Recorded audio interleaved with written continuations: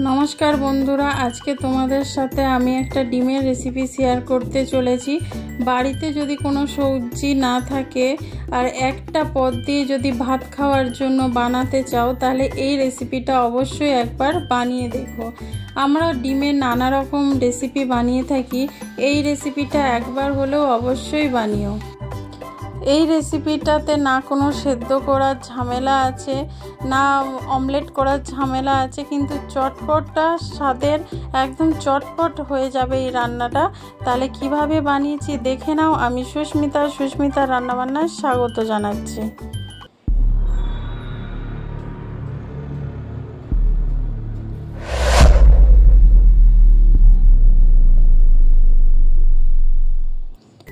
এখানে আমি একটা মশলা বানিয়ে নিচ্ছি, তার জন্য দিয়ে দিচ্ছি দুটো টমেটোটা আমি কেটে টুকরো করে নিয়েছি। তারপরে দিয়ে দিচ্ছি কিছু রসুনের কোয়া। দেখো, রসুনের কোয়া বেশ 10-12টার মতন আমি নিয়েছি। একটুখানি নিয়ে নিয়েছি আদা। তারপরে দিয়ে দিচ্ছি দুটো কাজু বাদাম, বেশি কাজু বাদাম লাগবে না, এটা পেস্ট করে নেব। এবার এই একটা বাটি নিয়েছি, বাটির মধ্যে আমি ডিম ফাটিয়ে নিচ্ছি। আমি টোটাল 5টা ডিম এখানে ফাটিয়ে নেব। দেখো, এখানে আমি ডিম ফাটিয়ে নিচ্ছি, দেখতেই পাচ্ছ একটা একটা করে।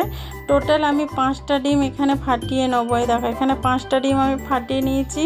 এবার এর মধ্যে দিয়ে দিচ্ছি স্বাদ মতো নুন আর একটু লঙ্কার গুঁড়ো। তোমরা লঙ্কার গুঁড়োটা না চাইলে নাও দিতে পারো, শুধু নুন দিয়ে কিন্তু করলেও হবে। দিয়ে এবার ভালো করে মিশিয়ে নেব। দেখো, ভালো করে আমি এখানে মিশিয়ে নিচ্ছি। লঙ্কার গুঁড়োটা একটু মিশতে টাইম লাগে, সেই জন্য এরকমভাবে একটু টাইম নিয়ে এটা মিশিয়ে নেবে। তবে তোমরা চাইলে গোলমরিচের গুঁড়োও দিতে পারো লঙ্কার গুঁড়োর পরিবর্তে। এখানে আমি একটা কড়া বসিয়েছি, দেখো তেল দিয়েছি, তেলটা ভালো করে গরম হয়ে গেছে। এবার ডিমটা আমি এখানে ঢেলে দিচ্ছি, পুরো ডিমটাই এখানে ঢেলে দেবো। এবার ডিমটা দিয়ে নিচের দিকটা একটু হতে টাইম দেবো। তোমরা চাইলে কিন্তু এই রেসিপি কাজটা তোমরা সঙ্গে সঙ্গে করতে পারো, কিন্তু আমি একটু সময় নিয়ে করেছি। নিচের দিকটা একটু ভালো করে হয়ে গেলে তারপরে এরকম করে টুকরো টুকরো করে নিয়েছি। তাতে কি হয়, ভাজাটা ভালো হলে ডিমের যে আঁশটে গন্ধটা সেটা থাকে না। সেই জন্য আমি এরকম করে আগে একটু নিচের দিকটা ভেজে নিয়েছি, তারপরে দেখো টুকরো করে নিয়েছি। আমি তো সেই ভুজিয়ার মতন করব না, একটু বড় বড় পিস রাখবো, সেই জন্য আমি এরকমভাবেই দেখো একটু ভেঙে ভেঙে নিচ্ছি। ডিমগুলোকে একটু বড় সাইজের করে ভেঙে নিতে হবে। দেখো, আমি এরকমভাবে করছি, তোমরা তোমাদের পছন্দ মতো ভাবে করে নিতে পারো কিভাবে করবে। দেখো, তোমরা অমলেট করে পিস পিস করে নিতে পারো। আমি একবারেই এতেই কিন্তু এরকমভাবে বড় বড় টুকরো একটু রেখে দিচ্ছি। দেখো, এখানে পুরো ডিমটা আমার টুকরো করা হয়ে গেছে। এবার ভালো করে আমি ভেজে নিয়েছি, দেখতে পাচ্ছ লাল লাল করে। এবার আমি এটাকে নামিয়ে নেব। তোমরা চাইলে এর থেকে বড় রাখতে পারো বা এর থেকে ছোট করে নিতে পারো। এবার আমি আবার তেল দিয়ে দিলাম কড়াতে। এবার আমি পেঁয়াজ দিয়ে দিচ্ছি, দুটো পেঁয়াজকে আমি কুচিয়ে নিয়েছিলাম, সেই পেঁয়াজটা তেলের মধ্যে দিয়ে এবার ভালো করে আমি ভেজে নেব। পেঁয়াজটা একটু লাল লাল করে ভেজে নিতে হবে। এই রান্নাটা দিয়ে একটা পদ দিয়েই তোমরা ভাত, রুটি, পরোটা সব কিছুই খেতে পারবে। এটা এতটাই সুস্বাদু খেতে হয়।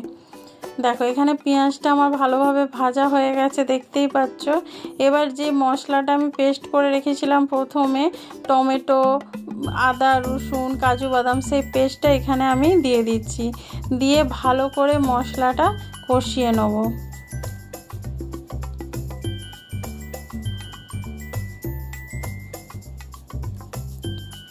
দেখো, পুরো মশলাটা দিয়ে দিয়েছি। দিয়ে এবার ভালোভাবে লো আঁচে মশলাটা কিন্তু কষিয়ে নিতে হবে। এটা কন্টিনিউ চালাতে হবে, যেহেতু কাজু বাদাম দিয়েছিলাম সেই জন্য একটু মশলাটা ভালো করে কষাতে হবে। এবার আমি এখানে গুঁড়ো মশলা কিছু দিয়ে দিচ্ছি, জিরে গুঁড়ো, ধনে গুঁড়ো, হলুদ গুঁড়ো, লঙ্কার গুঁড়ো আর কাশ্মীরি লঙ্কার গুঁড়ো দিয়ে সব কিছু ভালো করে মশলাগুলো আমি এখানে দিয়ে দিলাম। এবার অল্প করে একটু জল দিয়ে দেবো। আমি মিক্সিং জারে বেটেছিলাম, সেটা ধুয়ে একটু জল দিচ্ছি। দিয়ে এবার মশলাটা আমি কষিয়ে নেব। একটু জল দিয়ে দিলাম, তার কারণে মশলাটা যাতে নিচে লেগে না যায়, সেই জন্য আমি অল্প করে জল দিয়ে এবার মশলাটা আমি কষিয়ে নিচ্ছি। এই মশলাটা কিন্তু লো আঁচে কষাবে, কষানোটা যত সুন্দর হবে খেতে ততই ভালো লাগবে। দেখো আমি মিডিয়াম আঁচ করে নিলাম, লোয়ের থেকে মানে মিডিয়াম লো মাঝখানে রেখে কিন্তু আঁচটা মশলাটা কষতে হবে।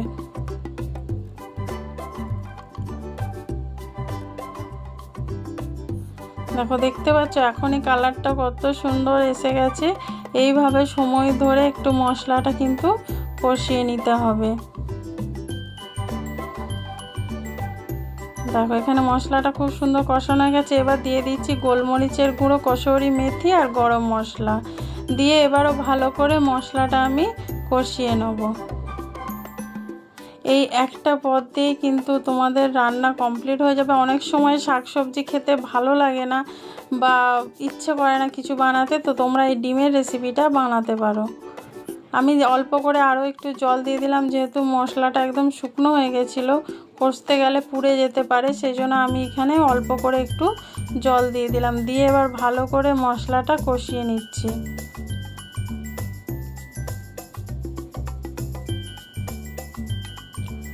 দেখো এখানে মশলাটা কত সুন্দর কষানো হয়েছে দেখতে পাচ্ছ, সাইড থেকে একদম তেল ছেড়ে দিয়েছে। এরকমভাবেই মশলাটা কিন্তু কষিয়ে নিতে হবে।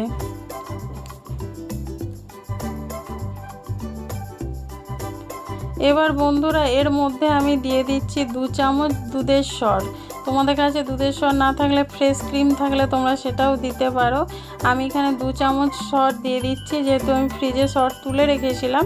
এখানে 2 চামচ দুধের সর দিয়ে দিচ্ছি। দুধের সরটা দিয়ে দিলে মানে গ্রেভিটা না একদম ক্রিমি ক্রিমি, খেতে খুব সুন্দর লাগে আর একটু মিষ্টি মিষ্টি স্বাদ হয়। আলাদা করে আর চিনি দেওয়ার কোনো দরকার পড়বে না। দেখো এবার কিন্তু তোমাদের লো আঁচে মশলাটা কষাতে হবে, নাহলে কিন্তু সরটা পুড়ে যাবে, একদম কিন্তু হাই করা যাবে না। আর এরকমভাবে কষতে কষতে দেখবে যখন সরটা থেকে পুরো তেল ছেড়ে দিয়েছে, তখন বুঝবে যে আমাদের মশলাটা একদম খুব সুন্দরভাবে কষানো হয়ে গেছে। দেখো মশলাটা আমি কষিয়ে নিচ্ছি, দেখতেই পাচ্ছ। এরপরে দেখবে কালারটা কত সুন্দর এসেছে। এবার এখানে দিয়ে দিচ্ছি আমি স্বাদ মতো নুন। গ্রেভিতে যতটা নুনের দরকার আমি এখানে নুনটা দিয়ে দিলাম। নুনটা দিয়ে এবার ভালো করে আবার মিশিয়ে নেব। দেখো আমি কিন্তু একদম আঁচটা লো করে মশলাটা কষিয়ে নিচ্ছি, তোমরা দেখতেই পাচ্ছ।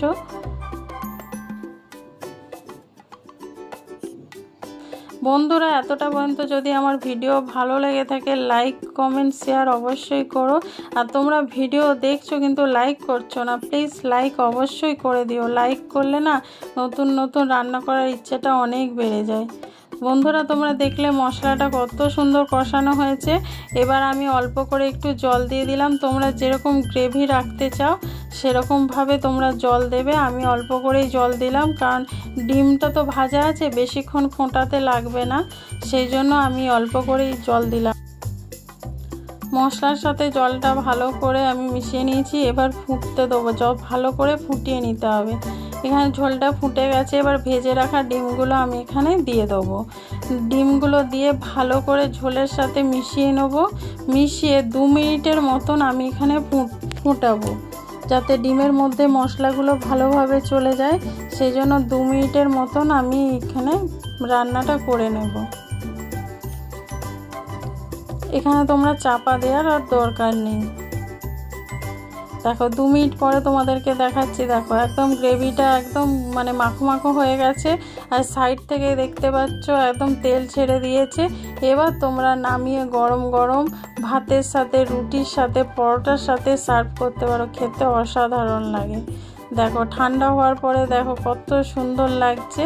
তাহলে বলো ভিডিওটা কেমন লাগলো, প্লিজ তোমরা কিন্তু কমেন্ট করে অবশ্যই জানাবে যে আজকের রেসিপিটা তোমাদের কেমন লাগলো, আর তোমরা কি রেসিপি দেখতে চাও সেটাও কমেন্ট করে জানাবে। এই ভিডিওটা যদি ভালো লেগে থাকে লাইক কমেন্ট শেয়ার করো। নতুন বন্ধু যারা দেখছো তারা চ্যানেলটা সাবস্ক্রাইব করে বেল আইকনটা ক্লিক করে দিও। যারা ফেসবুক থেকে দেখছো তারা পেজটা ফলো করে দিও। Thank you.